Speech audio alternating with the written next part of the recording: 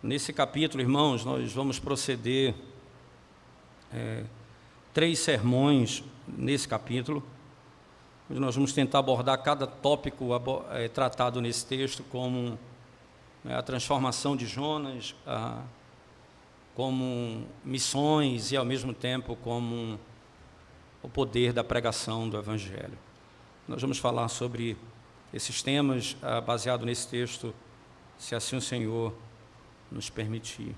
Hoje nós trataremos sobre o sinal de Jonas. Falaremos sobre o que Jonas tem para nos ensinar, não só no que diz respeito ao Evangelho, como Cristo disse que o sinal ele daria, que era o sinal de Jonas, mas não apenas em relação ao Evangelho, mas também para a igreja, como Jonas é um sinal para a vida da igreja.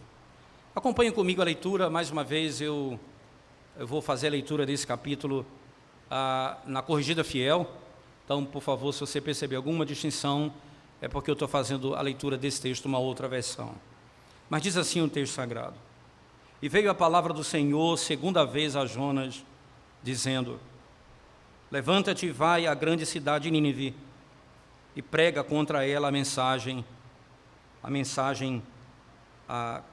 que eu te digo. E levantou-se Jonas e foi a Nínive, segundo a palavra do Senhor. Ora, Nínive era uma cidade muito grande, de 3 dias de caminho. E começou Jonas a entrar pela cidade, caminho de um dia, e pregava, dizendo: ainda há 40 dias e Nínive será subvertida. E os homens de Nínive creram em Deus e proclamaram um jejum e vestiram-se de saco, desde o maior até o menor. Esta palavra chegou também ao rei de Nínive, e ele levantou-se do seu trono e tirou de si as suas vestes e cobriu-se de saco e sentou-se sobre a cinza. E fez uma proclamação que se divulgou em Nínive pelo decreto do rei e dos seus grandes, dizendo: nem homens, nem animais, nem bois, nem ovelhas provem coisa alguma, nem se lhes dê alimentos, nem bebam água. Mas os homens e os animais sejam cobertos de sacos e clamem fortemente a Deus e convertam-se cada um do seu mau caminho e da violência que há nas suas mãos. Quem sabe se voltará a Deus e se arrependerá e se apartará do furor da sua ira, de sorte que não pereçamos. E Deus viu as obras deles, como se converteram do seu mau caminho, e Deus se arrependeu do mal que tinha anunciado lhes faria, e não o fez. Amém. Vamos à presença de Deus em oração mais uma vez, irmãos. Bendito seja o teu nome, Senhor, santo e poderoso, pelo privilégio de podermos ouvir a tua voz nessa manhã do teu santo dia. Fala ao nosso coração, glorifica o teu nome, Senhor. Transforma-nos a imagem de Cristo, pelo poder da Tua Palavra, através do Teu Espírito Santo.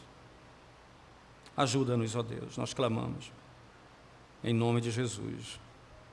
Amém.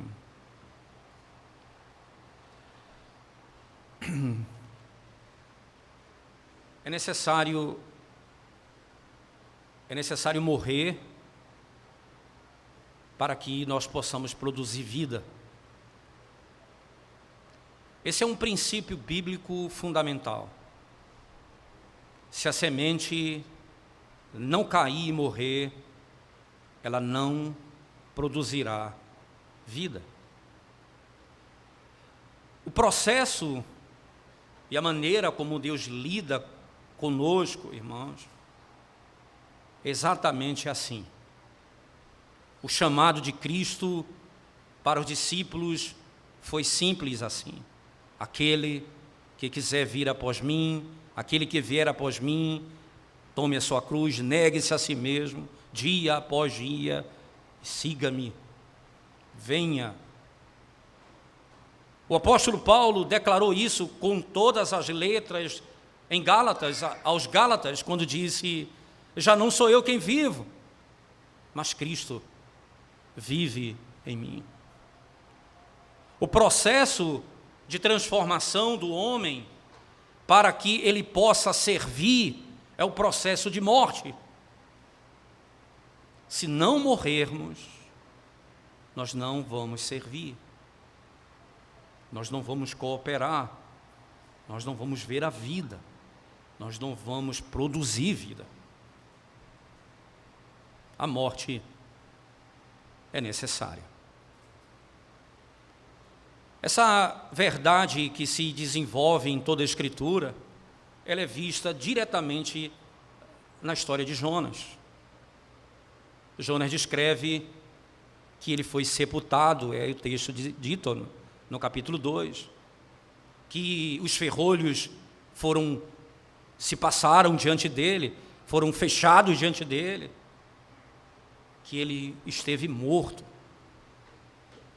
E quando ele sai, quando ele é vomitado, é difícil porque você não tem aqui necessariamente o que Jonas passa a compreender por sua própria palavra, mas por aquilo que acontece, você vê uma mudança muito profunda.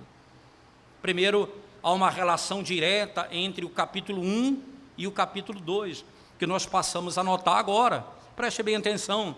Primeiro, o texto de Jonas, no capítulo 1, verso 1, diz: e veio a palavra do Senhor a Jonas, filho de Amitai, dizendo: levanta-te e vai à grande cidade de Nínive e clama contra ela. E clama contra ela. Aí você tem no capítulo 2, verso 1, veja bem. E veio a palavra do Senhor segunda vez a Jonas. Primeiro, você vai perceber que o que está em jogo aqui não é a perseverança de Jonas em fazer o que Deus ordena, mas a perseverança de Deus em cumprir o seu propósito. Aquilo que ele determinou, ele vai cumprir. E para que ele cumpra esse propósito, ele precisa nos matar, ele precisa nos fazer morrer, ele precisa nos fazer quebrar, para que não viva em nós mesmos, para que não viva em nós a nossa própria carnalidade, a nossa própria insignificância, a nossa própria vaidade, a nossa própria soberba. Ele precisa quebrar-nos para isso. Veio a palavra do Senhor a Jonas pela segunda vez. Agora perceba a mudança da palavra. No verso 1 do capítulo 1 diz: e clama contra ela. No capítulo 2, verso 1 diz: e prega. Essa palavra, ela se repete duas vezes. Primeiro, aqui, no capítulo 2, verso 1, ele diz, no verso 2, levanta-te e vai à grande cidade de Nínive e prega. Ao mesmo tempo, no verso 4, ele diz: e começou Jonas a entrar pela cidade caminho de um dia, e pregava, dizendo. Há uma mudança tão clara. Ele pregava. O grande teólogo batista, Charles Spurgeon, um brevíssimo comentário nesse texto diz: a primeira grande mudança para a transformação é necessário haver no coração do pregador. Nós não apenas falamos, nós precisamos pregar, proclamar, anunciar. Não é um conselho, É o assim diz o Senhor.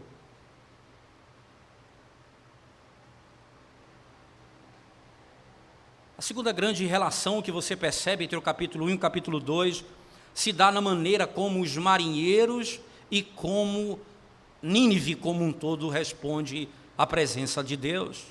Veja, no capítulo 1 do livro de Jonas, irmãos, diz assim um texto sagrado. No versículo 6 ele vai falar: e o mestre do navio chegou-se a ele e disse-lhe: que tens dorminhoco, levanta-te, clama ao teu Deus, talvez assim esse Deus se lembre de nós para que não pereçamos. Clame ao teu Deus para que talvez ele se lembre de nós e não pereçamos. O contexto aqui é muito claro. Cada um clamava ao seu Deus, eles perguntaram quem ele cria. Eu creio no Senhor, Deus, Criador dos céus e da terra. Então, clama ao teu Deus. E quando ele ouve Jonas descrevendo o Deus que ele cria,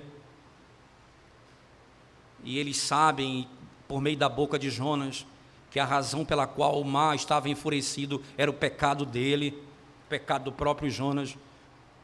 Jonas disse: enquanto vocês não me lançarem no mar, o mar não vai se acalmar, a culpa é minha. Aí você vai para o capítulo 2 do livro de Jonas, capítulo 3, melhor dizendo, e os homens disseram assim, verso 9, quem sabe se voltará a Deus e se arrependerá e se apartará do furor da sua ira, de sorte que não pereçamos. Vamos clamar por misericórdia a Ele. Quem sabe Ele se arrepende do mal que disse que nos faria.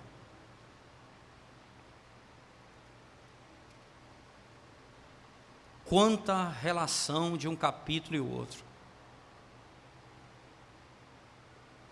Para que ficasse claro, isso veremos num outro sermão, que o poder é o poder da própria palavra de Deus, pelo Espírito, que transforma o homem verdadeiramente.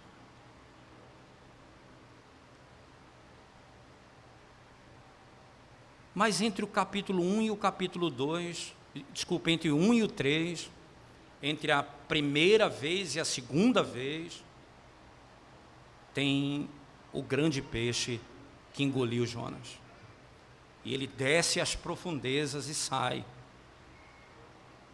O que Deus estava fazendo com Jonas ali, irmãos? O que ele estava realizando ali na vida de Jonas? Ele estava exatamente fazendo morrer para que ele fosse instrumento de vida. A graça nos equipa e a graça, de modo tão poderoso, é manifestada na evangelização.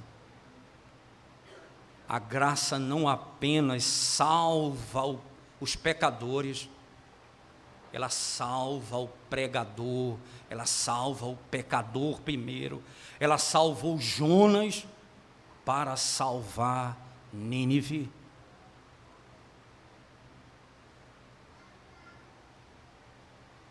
Preparou Jonas para servir a Nínive. A graça do Senhor nos ensina então de modo muito claro. Esse é o princípio bíblico, a salvação de um pecador hebreu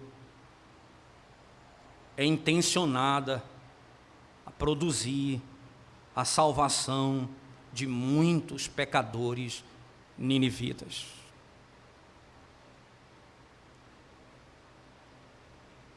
A salvação de um pecador hebreu intencionava a salvação de muitos pecadores ninivitas.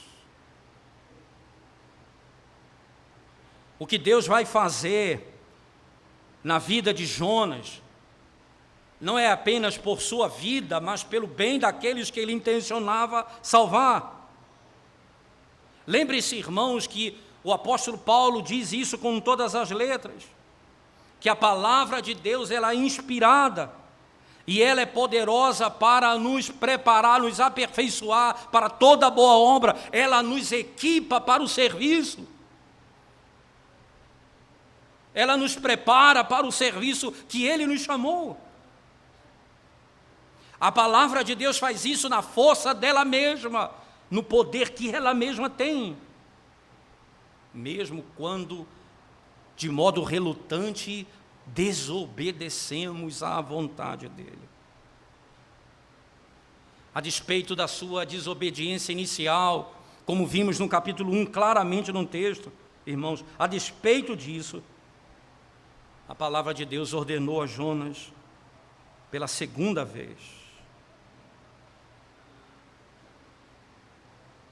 Deus transformou Jonas por meio da sua própria história. Nós temos tensões desse livro, como no final do capítulo 3, Deus se arrependeu. Nós tocaremos nesse assunto no tempo oportuno. Mas nós temos também uma tensão nesse texto.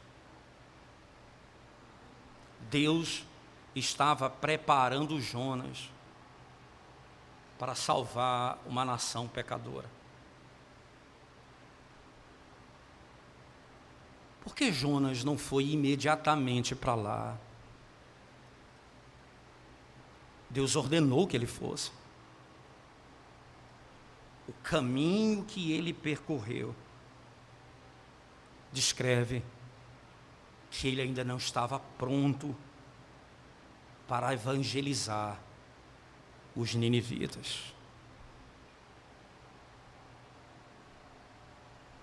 O caminho que ele percorreu descreve que ele ainda não estava preparado para aquele ministério. Mas por que Deus chamou então? Porque Deus usa todas as coisas para o bem daqueles que amam o seu nome. Todas as coisas cooperam. E quando a Bíblia diz todas as coisas, irmãos, entenda, até mesmo o pecado. Não pense que o pecado está fora disso. Até mesmo o pecado.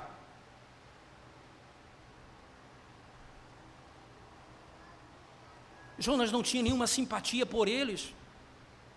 Jonas não desejava a salvação deles. Jonas não quis nada com eles. Como você vai pregar um povo que você não deseja a conversão deles? Não estava pronto para isso. Ele não compartilhava a compaixão do nosso Redentor, que olhou para Jerusalém e disse: ah, Jerusalém, como eu quis, como uma galinha ajuntava os seus pintinhos debaixo de suas asas, eu quis fazer isso contigo. Ele desejava, ele foi rejeitado por eles, mas o coração dele estava pronto. Ele olha para os pecadores que estão matando ele na cruz e diz: Pai, perdoa-os porque não sabem o que estão fazendo. A compaixão na sua alma, a compaixão, Jonas não compartilhava dessa compaixão, ele não tinha isso no coração. Vai e prega a Nínive, mas não havia nele compaixão, não havia nele o desejo de vê-los salvos. Sabe, irmãos, muitas vezes nós fazemos isso dentro da nossa própria casa. Nós ensinamos os nossos filhos e não choramos aos pés da cruz. Senhor, muda o meu filho. Usa-me para a tua glória. Compadece-te dele, Senhor. Eu desejo vê-lo parecido com Cristo.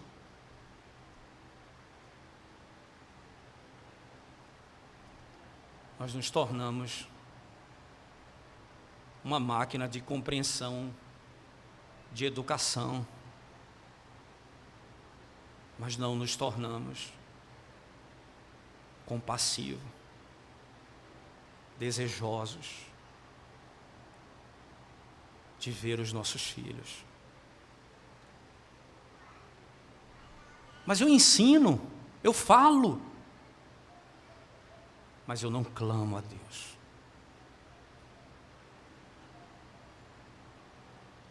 Eu não oro.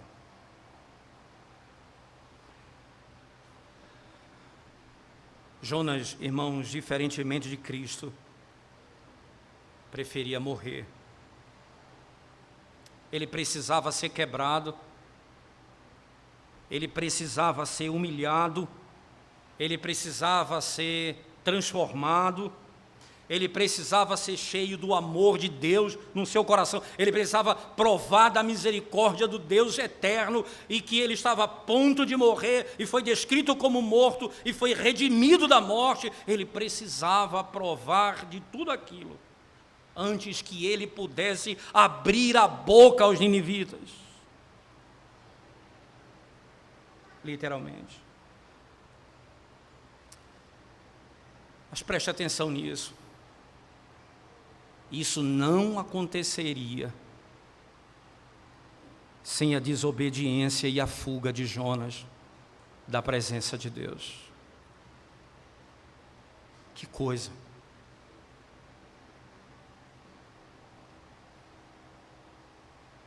O Senhor estabeleceu o caminho. O Senhor sabia por onde ele deveria percorrer. Isso não livra Jonas, em hipótese alguma, irmãos, não é? Em hipótese alguma, de provar da ira de Deus por causa da desobediência. E Deus não age para com Jonas como se ele olhasse para a desobediência de Jonas e dissesse: ok, não tem problema nenhum, pode viver como você está vivendo. O Senhor, que usa até mesmo o pecado do homem, precisa e nos ensina que seria tolo da nossa parte pensar que Deus, que usa todas as coisas para o nosso bem, que Ele vai tratar o pecado de maneira suave, ou que Ele não se importa com a nossa vida, e que Ele não vai nos disciplinar, e que Ele não vai nos tratar. Lembre-se, não pense no Deus que tem essa soberania e esse domínio sobre todas as coisas, não nos disciplinará. Não pense nisso. Nunca olhe para essa doutrina acreditando que Deus está dizendo: olha, então a desobediência é o caminho que Ele estabeleceu, então o Senhor está me abençoando aqui. Ele vai te tratar aqui, Ele vai te disciplinar aqui. Mas no seu governo, todas essas coisas estão debaixo do seu domínio. Preste atenção nisso, irmãos. O propósito de Deus é para que, quando os seus filhos retornem a Ele, por meio do verdadeiro arrependimento, aceitando a sua disciplina, humilhando-se diante da presença dEle, eles possam estar firmados no conhecimento de que Deus é capaz de fazer o seu nome exaltado entre as nações, até mesmo sobre os ombros de filhos pecadores como nós. Ele é poderoso para fazer o seu nome exaltado entre as nações. Se necessário, Ele usaria até o Satanás, se necessário, para trazer glória para o seu nome. se for necessário. Deus está equipando o Jonas para o serviço que vai chegar.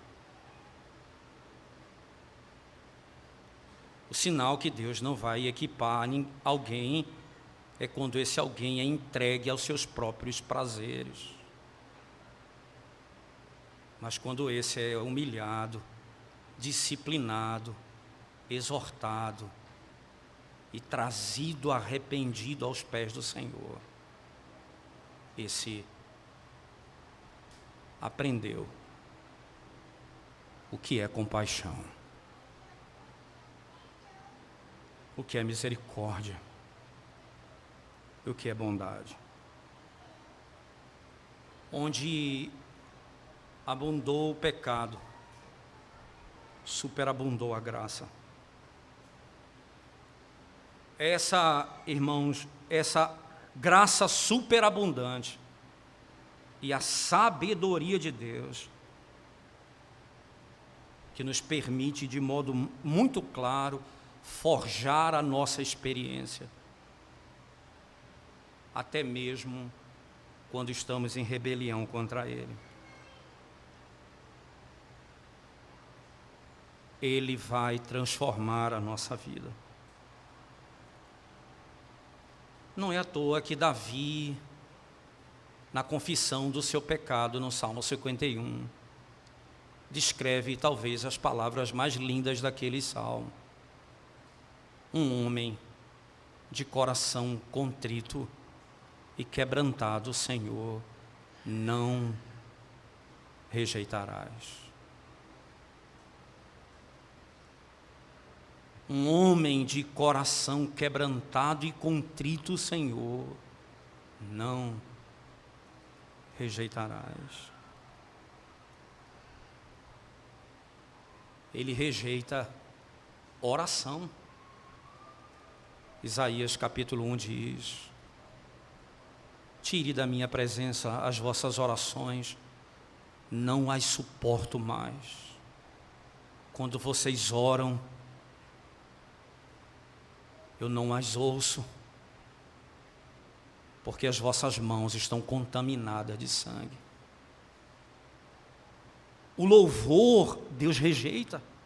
Amós capítulo 5, o profeta diz: tira da minha presença o som da vossa harpa e da vossa lira, eu não suporto mais. Eu não suporto mais ouvir o som da vossa harpa e da vossa lira, porque diante de mim, ao invés do louvor, deveria fluir a verdade no vosso meio. Mas Davi, o salmista, o que tocava harpa, o que orava, disse: um homem de coração quebrantado, Senhor, tu não rejeitarás. O Senhor não o rejeita.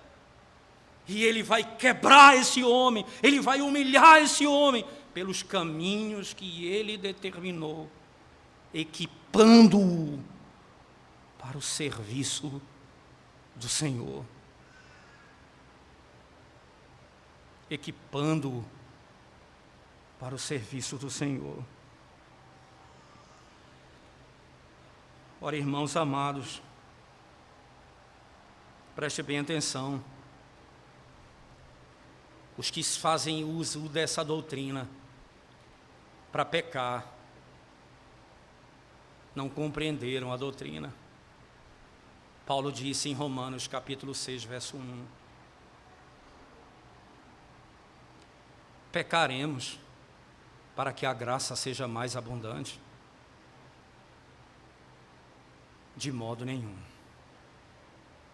Como viveremos no pecado nós que para ele morremos?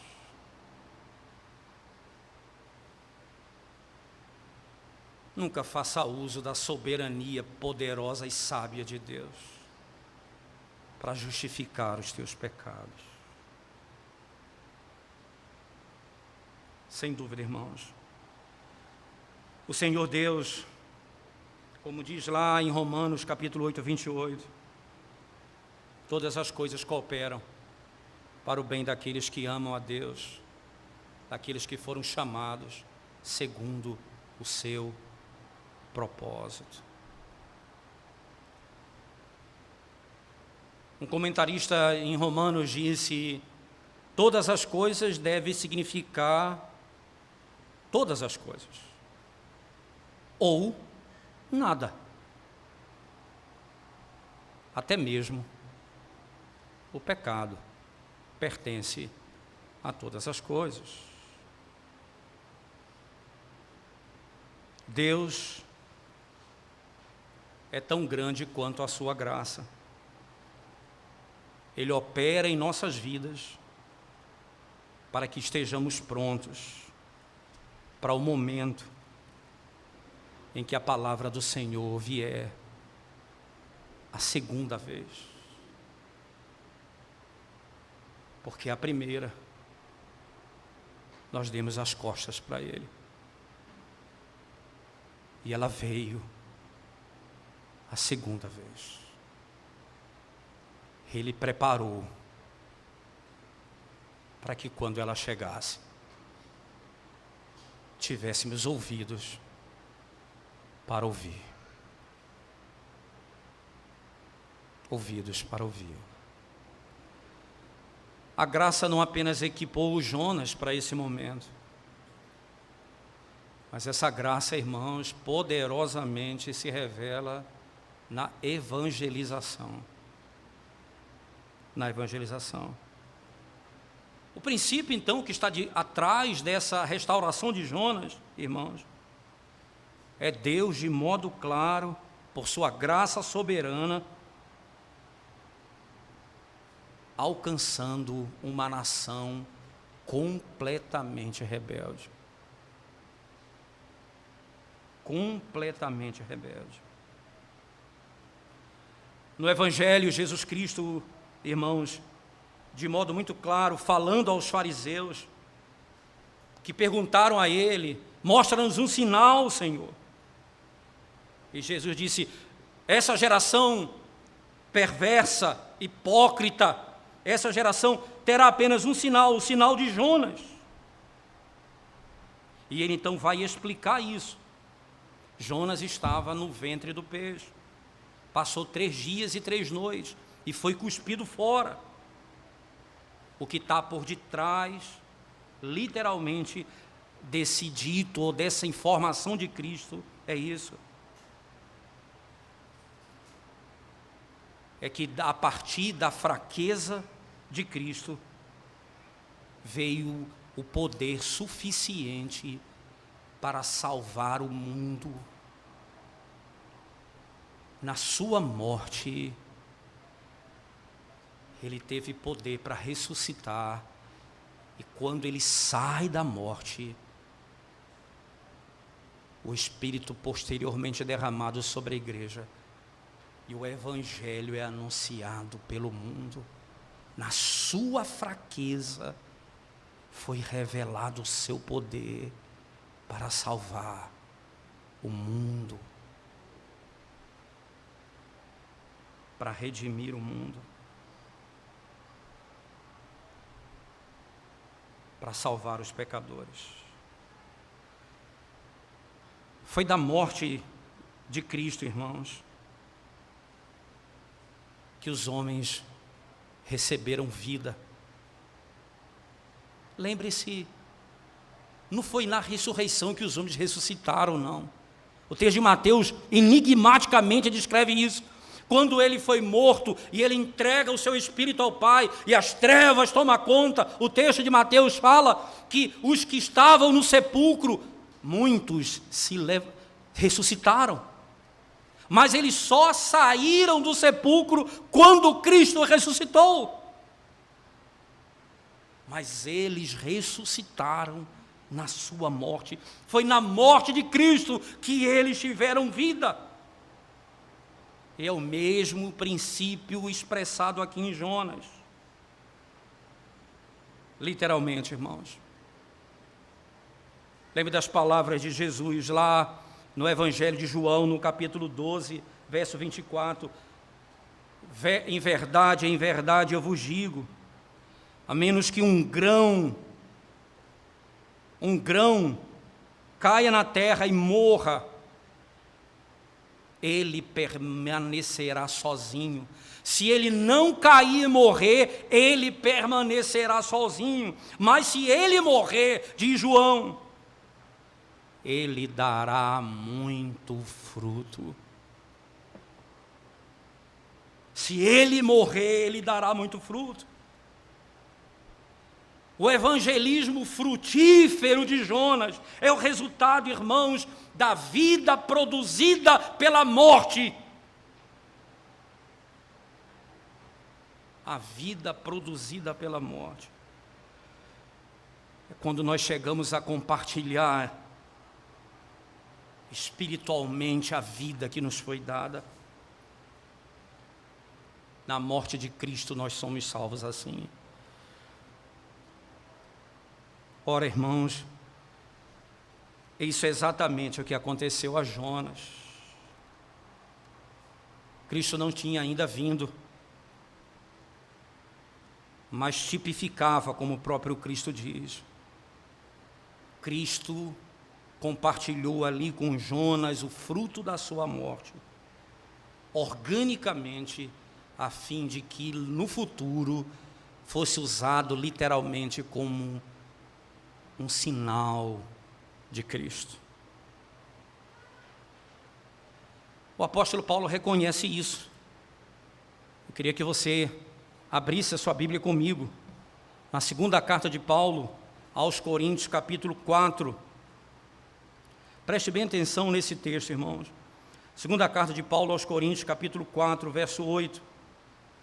E depois o verso 10 ao 12. Segunda carta de Paulo aos Coríntios, capítulo 4, diz o texto sagrado assim, versículo 8 primeiramente, diz assim um texto: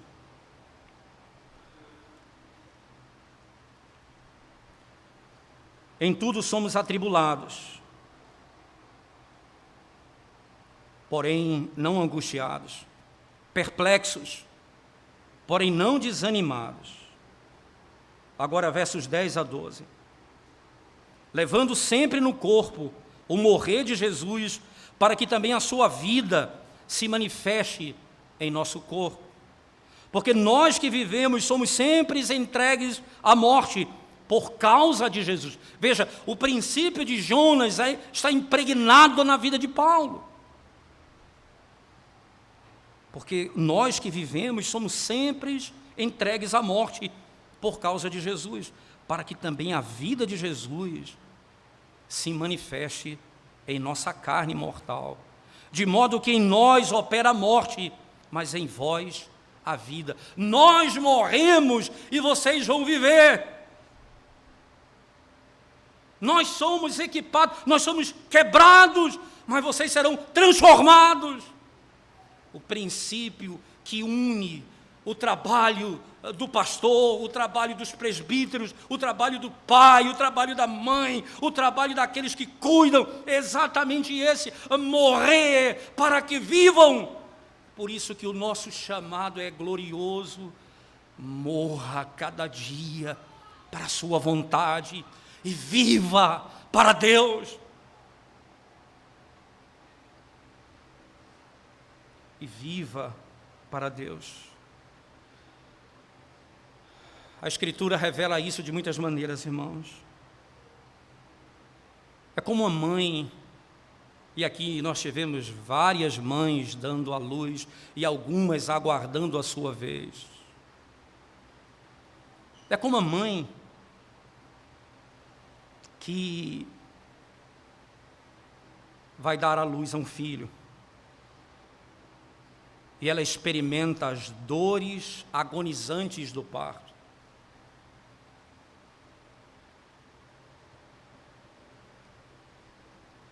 Então vem a vida. No seu sofrimento vem a vida. Na sua morte vem a vida.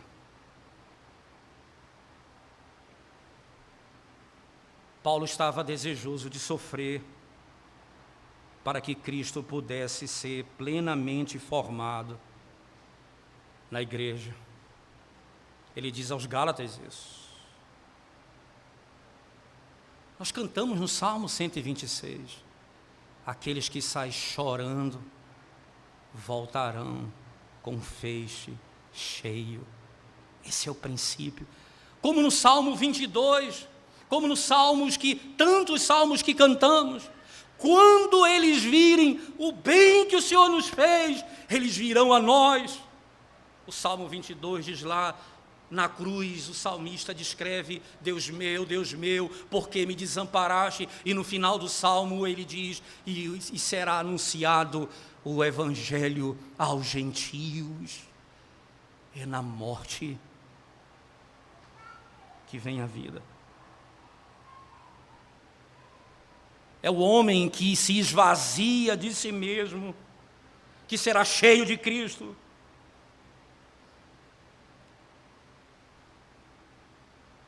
Sinclair Ferguson, falando sobre um tema parecido com esse, fez uma poesia, comentando o texto de Romanos, dizendo: não existe ganho, senão pela perda. Você não pode salvar, senão pela cruz. O trigo não pode se multiplicar, se não cair no chão e morrer.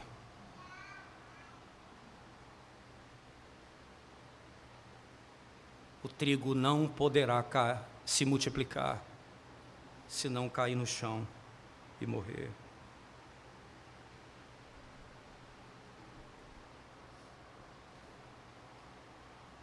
Jonas estava pronto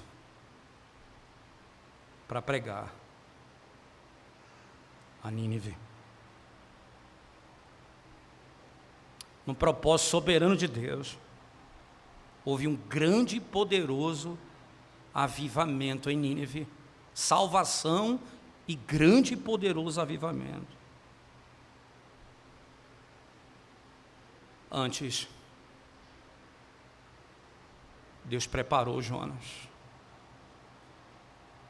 equipou Jonas para isso. Jonas está longe de ser perfeito. Nós continuaremos analisando a sua vida e veremos fraquezas, claramente. Mas alguma coisa aconteceu a ele. Alguma coisa nele, pela graça de Deus, foi transformada. Foi através da morte interna de Jonas que veio a vida aos ninivitas. Nós estamos preparados, irmãos, da mesma forma para morrer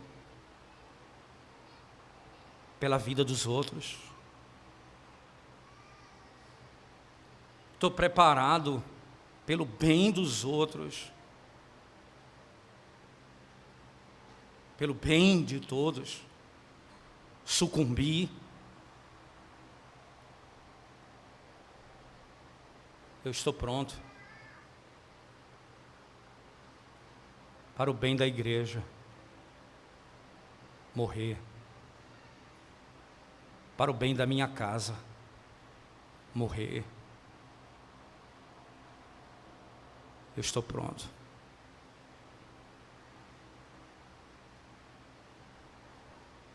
Se nós não morrermos,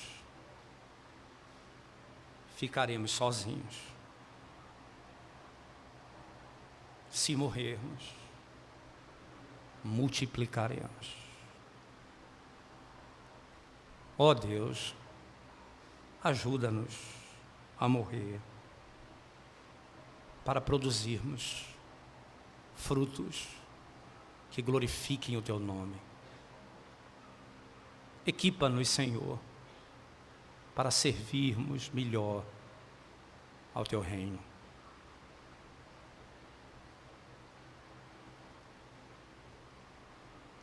Os que provam da vida são os que não temem morrer para essa vida. Vamos curvar nossa cabeça, irmãos, e orar ao Senhor. Ó Senhor nosso, Deus misericordioso e cheio de compaixão,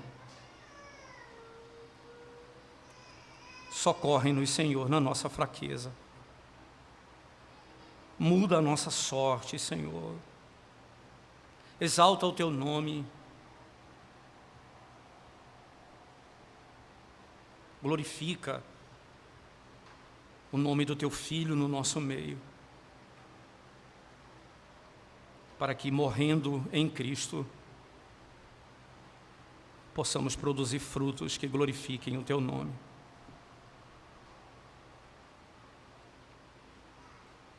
O que se mantém vivo pecaminosamente em nós, mortifica, Senhor. Ajuda-nos, Senhor, para que nada mais possamos dispor para a carne, apenas para o serviço do Senhor. Tem piedade da nossa vida, clamamos mais uma vez. Em nome de Jesus. Amém, Senhor Deus. Amém.